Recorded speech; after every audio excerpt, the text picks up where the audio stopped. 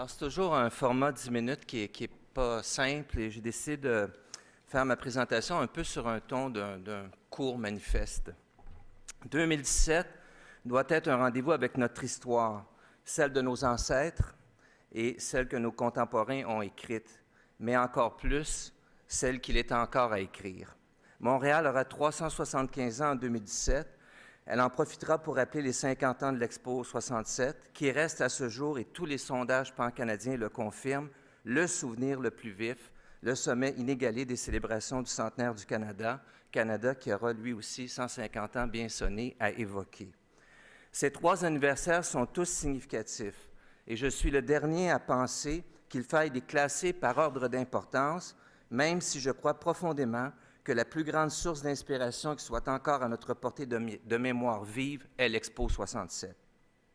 Cette terre des hommes qui résumait d'une façon volontariste, complexe, dispendieuse et sophistiquée le paradoxe existentiel de Montréal comme métropole industrielle et financière déchue qui aspirait avec beaucoup d'espoir et de fougue à ce moment et qui a réussi en très bonne partie à édifier une espèce de phare culturel dont on pourrait voir de très loin le puissant rayon lumineux balayer les terres et les océans d'une nouvelle modernité faite de liberté à clamer, de permission à prendre, de valeurs humanistes à propager et d'égalité à instaurer. L'Expo 67 a aussi permis l'apparition d'un nouveau phénomène urbanistique et économique que nous avons vu se répéter de maintes fois, surtout au cours des 3 dernières décennies.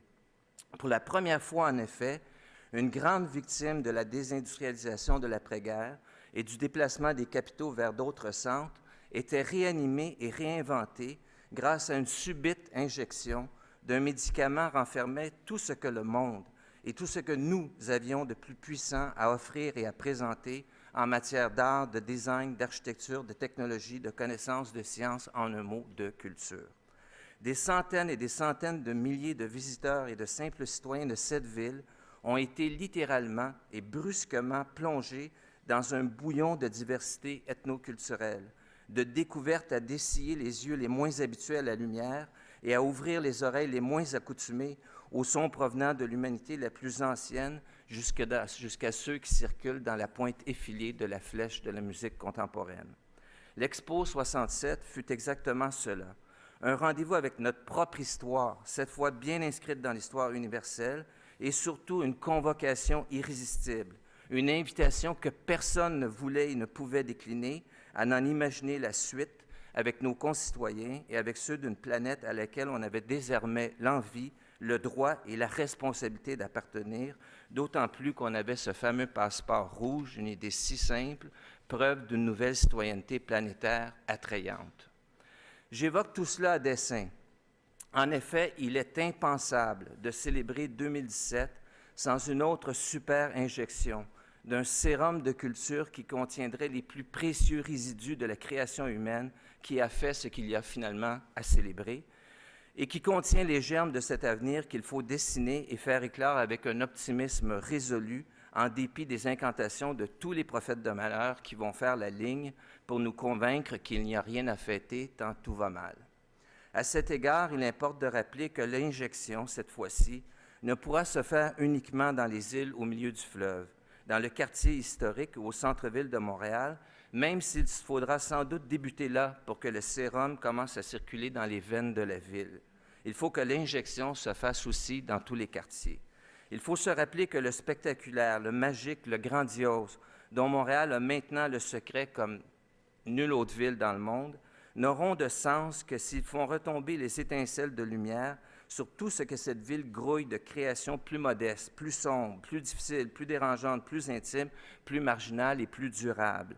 Il faut donc porter une attention toute spéciale aux questions d'échelle, de diversité, de génération, de durée, d'environnement, tout au long de la planification des célébrations. Il faut aussi réaffirmer que l'excellence artistique doit être conviée et célébrée et mise en valeur comme jamais.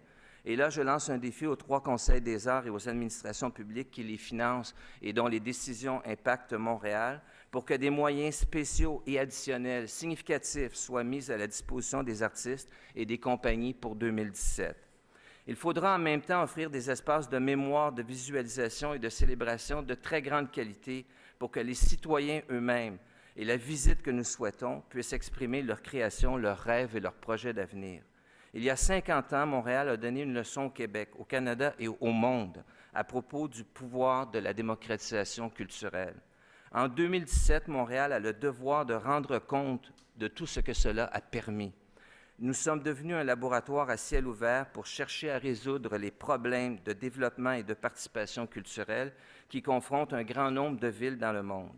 Culture Montréal, que je préside encore, proposera donc d'organiser ici, en 2017, une grande rencontre internationale portant précisément sur les rapports entre culture et développement humain. Montréal doit trouver une façon de faire preuve d'une mémoire sensible, intelligente et durable, en même temps qu'elle doit absolument miser sur les immenses capacités de création artistique qu'aura permis de libérer l'Expo 67. Il ne faudrait pas rater cette chance, en effet, comme l'écrivait l'auteur et metteur en scène disparu trop tôt, Jean-Luc Lagarce, qui est beaucoup joué dans nos écoles de théâtre cette année, je ne sais pas pourquoi, et je cite, « Une société, une cité, une civilisation qui renonce à l'art, qui s'en éloigne au nom de la lâcheté, qui s'endort sur elle-même, qui renonce au patrimoine en devenir pour se contenter dans l'autosatisfaction béate des valeurs qu'elle croit s'être forgées et dont elle se contentera d'hériter, cette société-là renonce au risque. Elle oublie par avance de se construire un avenir, elle renonce à sa force, à sa parole, elle ne dit plus rien aux autres ni à elle-même. » Et fin de la citation. Je suis certain que nous n'en sommes pas là. Montréal ne renonce à rien, nous n'en avons ni l'envie ni les moyens.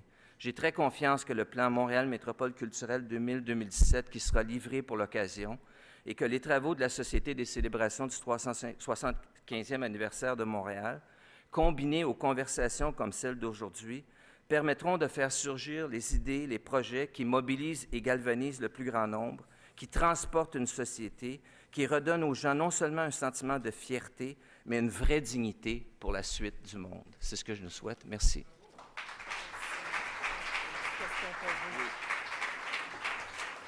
Monsieur Brault, une question me venait en tête pendant que vous parliez, surtout avec ces si beaux mots, cette si belle façon de décrire Expo 67 avec le passeport. C'est comme si je vous écoutais, j'avais l'impression que vous décriviez le village global avant l'heure, n'est-ce pas? Sauf que là, on se parlait, n'est-ce pas? Les gens à Expo, ça a été ça la force, on se parlait. Est-ce que dans le contexte des médias sociaux d'aujourd'hui, où on n'a jamais tant communiqué et si peu parlé entre soi, est-ce que ça vous préoccupe, cet aspect-là des choses? Pas vraiment. Moi, je suis un drogué des médias sociaux. Ce que je crois, c'est que les médias sociaux ont un pouvoir de convocation, mais évidemment, il faut convoquer, c'est-à-dire que les médias sociaux, la grandeur des médias sociaux repose dans notre capacité à s'en échapper pour se rencontrer. Je peux vous poser une dernière question. Là, je ne sais pas si vous allez accepter de nous donner ne serait-ce qu'un tout petit détail. Ça ressemble à quoi, cette rencontre internationale 2017? Mais en fait, ça ressemble à quoi? On ne l'a pas encore développé, mais ce qu'on pense, et je le réalise en me promenant dans beaucoup de villes à travers le monde et en recevant beaucoup de gens, les Européens, les gens en Asie, en Amérique du Sud, les gens sont extrêmement fascinés parce qu'à Montréal, à l'heure actuelle, on est en train de poser des questions et de tenter des choses que nos propres institutions ne peuvent pas écraser, ce qui n'est pas le cas de beaucoup de pays du monde, la France notamment. Et donc, je pense qu'on est en train de... et là, je ne parle pas simplement d'invention technologique, je parle de façon de faire la médiation culturelle, je parle de la prise de parole culturelle dans l'espace public montréalais. Je parle de plein de choses comme ça. Je parle du travail qui est fait pour se réconcilier avec notre propre passé, avec les Premières Nations. En tout cas, tout ce travail-là fascine à travers le monde et je crois que 2017 serait une occasion fantastique pour convier les chercheurs, pour convier les praticiens, pour convier les gens qui s'intéressent à l'avenir de la culture partout dans le monde, à venir observer, vivre et débattre de ces questions-là, à avoir vraiment des débats qui sont pas nécessairement festifs, mais qui vont être des compléments à la fête pour justement voir la suite des choses. Bien, on est très heureux que vous soyez là avec toutes ces idées. Merci beaucoup, M. Brault. Merci infiniment.